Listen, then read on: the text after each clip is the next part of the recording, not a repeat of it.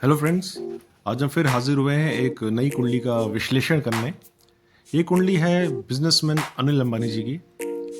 कुछ दिन पहले हमने उनके बड़े भाई मुकेश अंबानी जी की कुंडली का विश्लेषण किया था कि कैसे वो इतने बड़े बिजनेसमैन बन गए आज की तारीख में। तो एज अ कॉन्ट्रास्ट हम उनके भाई अनिल अंबानी जी की भी कुंडली का विश्लेषण करना चाहते थे कि वो क्यों नहीं उस लेवल पे पहुंच पाए या उनके बिजनेसेस क्यों उस लेवल पे राइज नहीं कर पाए। तो एक तो फर्श से अर्श पे पहुंच गए और दूसरे भाई इतना अच्छा नहीं कर पाए। तो अनिल अंबानी जी का जन्म 4 जून 1959 मुंबई में 10:30 बजे हुआ था। कई जगह 10:20 भी दिया हुआ है, तो हम 10:30 के करीब ले रहे हैं। और उनके बारे में बोला जाए तो 2002 में उनके फादर की शायद जब डेथ हुई थी, तब उसके बाद उनके भाइयों के बीच में थोड़ी दरार आ गई और उनके बिजनेसेस को लेके स्प्लिट हुआ था, डीमर्जर हुआ था फ्रॉम रिलायंस इंडस्ट्रीज़। क्योंकि अब अनिल अंबानी जी रिलायंस ग्रुप के चेयरमैन और मैनेजिंग डायरेक्टर हैं। तो काफ़ी विवादों के बाद उनकी माताजी की हेल्प से इन दोनों का बिजनेस का बंटवारा हुआ था और अनिल अंबानी जी के पास पावर, इंफ्रास्ट्रक्चर और टेलीकम्युनिकेशन जैसे बिजनेसेस मिले थे। तो शुरुआत तो 2005 के बाद उनकी थोड़ी अच्छी हुई थी, लेकिन धीरे धीरे उनके बिजनेसेस घाटे में जाने लगे, उन पे कर्जा बहुत बढ़ने लगा और एक टाइम तो उनके भाई को उनको बेल आउट करना पड़ा था 2019 के आसपास। और उनके लीगल इश्यूज बहुत बढ़ गए थे, मैटर्स बहुत बढ़ गए थे। अब सुनने में आ रहा है कि धीरे धीरे वो अपने सारे कर्जे लौटा रहे हैं और हम होप आशा करते हैं कि वो वापस उनका बिजनेस दोबारा उस मुकाम पे पहुंचे या अच्छे मुकाम पे पहुंचे पहले से। तो उनकी कुंडली पे अगर हम नज़र डालें तो हम देखेंगे कि ये मकर लग्न की कुंडली है और वृषभ राशि की। तो चंद्र जो है उनके उच्च के बैठे हैं पंचम भाव में। तो मकर लग्न के जातक जातक हार्ड वर्किंग डिसिप्लिन होते हैं, लेकिन अगर हम देखें यहाँ पे जो उसके स्वामी है जो लग्नेश है वो 12वें भाव जो लॉसेस के भाव में बैठे हैं। तो ये कोई अच्छा इंडिकेटर नहीं है। और बाकी ग्रहों पे दृष्टि डालें तो उनके पंचम में जैसे हमने बोला सूर्य, बुध और चंद्र विराजमान है।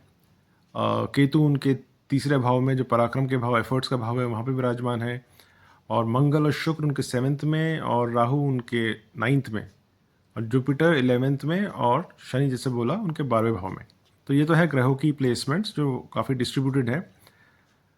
तो अगर हम सेकंड हाउस की बात करें जो धन का भी भाव है, कुटुंब का भी भाव है, तो यहाँ पे ज़रूर शनि की दृष्टि अपने भाव पे पड़ रही है जो मजबूत करती है, लेकिन एट द सेम टाइम जो उनके स्वामी है सेकंड हाउस के स्वामी वो 12वें हाउस में विराजमान है। तो उसका मतलब है जो कमाते होंगे वो एक्सपेंड भी हो जाता है, तो एक्सपेंडिचर्स भी प्रॉफिट नहीं हो रहा, मतलब तो एक्सपेंडिचर्स भी काफ़ी बढ़ गए उनके।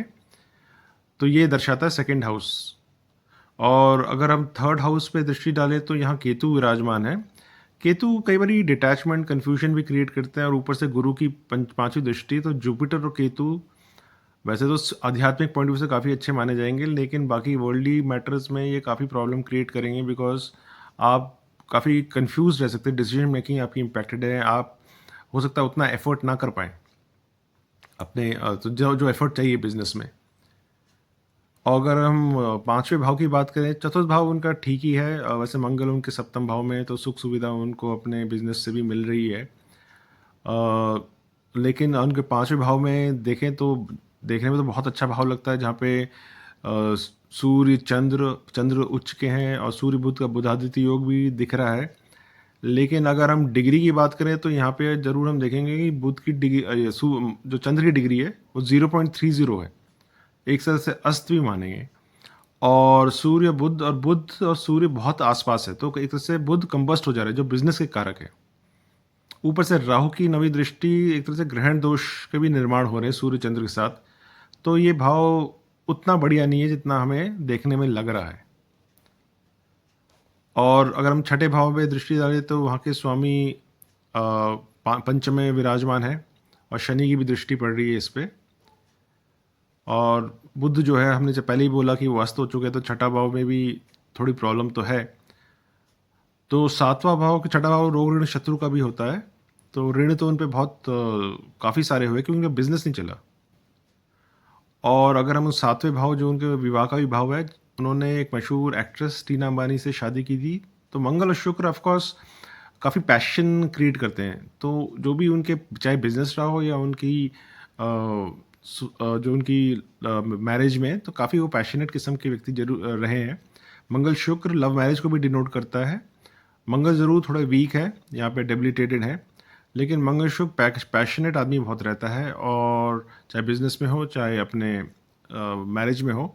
और ऊपर से अगर हम देखें तो शुक्र और चंद्र के बीच राशि परिवर्तन भी है। तो मतलब वाइफ का सपोर्ट तो है उनको। और अगर हम उनके भाग्य भाव में दृष्टि डालें, तो भाग्य जरा इनका काफ़ी कमज़ोर दिखाई दे रहा है, क्योंकि इसमें शनि की दृष्टि, शनि और राहु एक तरह से श्रापित दोष भी कह लीजिए, बहुत अच्छे नहीं माने जाएंगे। तो भाग्य इनका बहुत कमज़ोर है। तो ये एक चीज़ हमें दिखाई दे रही है। और अगर हम उनके कर्म स्थान पर दृष्टि डालें तो शुक्र उनके बिजनेस हाउस में चले गए, तो ये दिखाता है कि उनका काम बिजनेस से रिलेटेड रहेगा। 11वां भाव जो आपके गेन्स और इनकम का भी भाव रहता है, और फ्रेंड्स का भी भाव रहता है। तो यहाँ पे गुरु विराजमान है, तो गुरु इस भाव को थोड़ा बहुत अच्छा कर रहे हैं। तो उनको इनकम और फ्रेंड्स तो उनके पता है कि बहुत ज़्यादा वो इन्वॉल्व भी रहते थे। मंगल शुक्र भी वो पार्टीज़ वार्टीज़ और काफ़ी विजिबल रहते थे, स्पेशली विद सेलिब्रिटीज़। तो ये इस कारण से भी हुआ कि उनको मंगल शुक्र जो सप्तम भाव में है, ये उनको काफ़ी सोशल बना देता है। एक चीज़ हम देखें तो मंगल की दृष्टि उनके लग्न में पड़ रही है, राहु की पंचम दृष्टि भी उनके लग्न में पड़ रही है। तो ऐसा आदमी बहुत एम्बिशियस और बड़ा सोचने वाला हो जाता है। लेकिन अगर हम देखें कि आप सिर्फ एम्बिशियस होना ही काफ़ी नहीं होता बिजनेस में, आपको हार्ड वर्क, डिसिप्लिन और भाग्य का भी सपोर्ट चाहिए। तो यहाँ इनके भाग्य का हाउस तो कमज़ोर है ही, और जैसे उनका शनि इनके 12वें घर में, तो डिसिप्लिन थोड़ा इम्पैक्ट हो जाता है। पराक्रम और एफर्ट का भाव भी कमज़ोर है।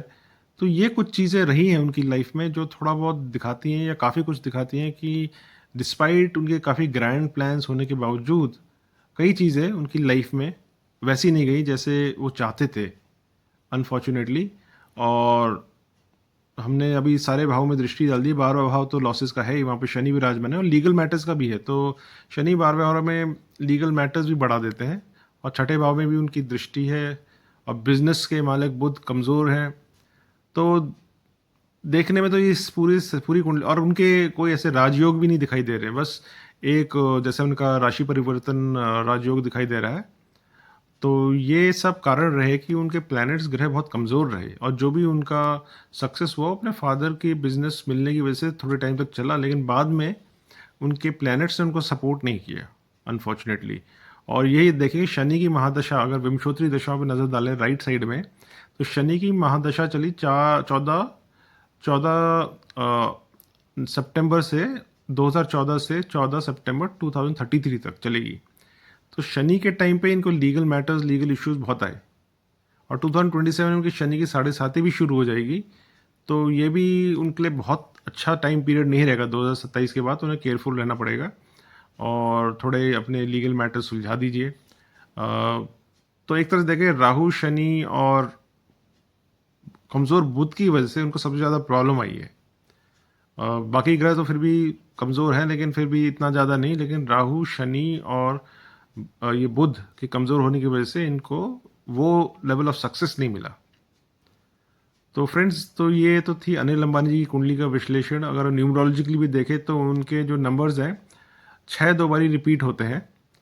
तो 6 जब 2 बारी रिपीट होते हैं तो आदमी काफ़ी मतलब क्या बोलते हैं, वीनस का माना जाता है। तो लग्जरीज और सुख सुविधा में ज़्यादा इन्वॉल्व रहता है, जो उनकी लाइफस्टाइल रही है। काफ़ी सेलिब्रिटी के साथ घूमते भी थे। और अभी रिसेंटली उनको देखा गया था मुकेश अंबानी जी की शादी में। तो ये अच्छी बात है कि दोनों भाई, despite having scene tough times before, अब आपस में मिलजुल के रहते हैं।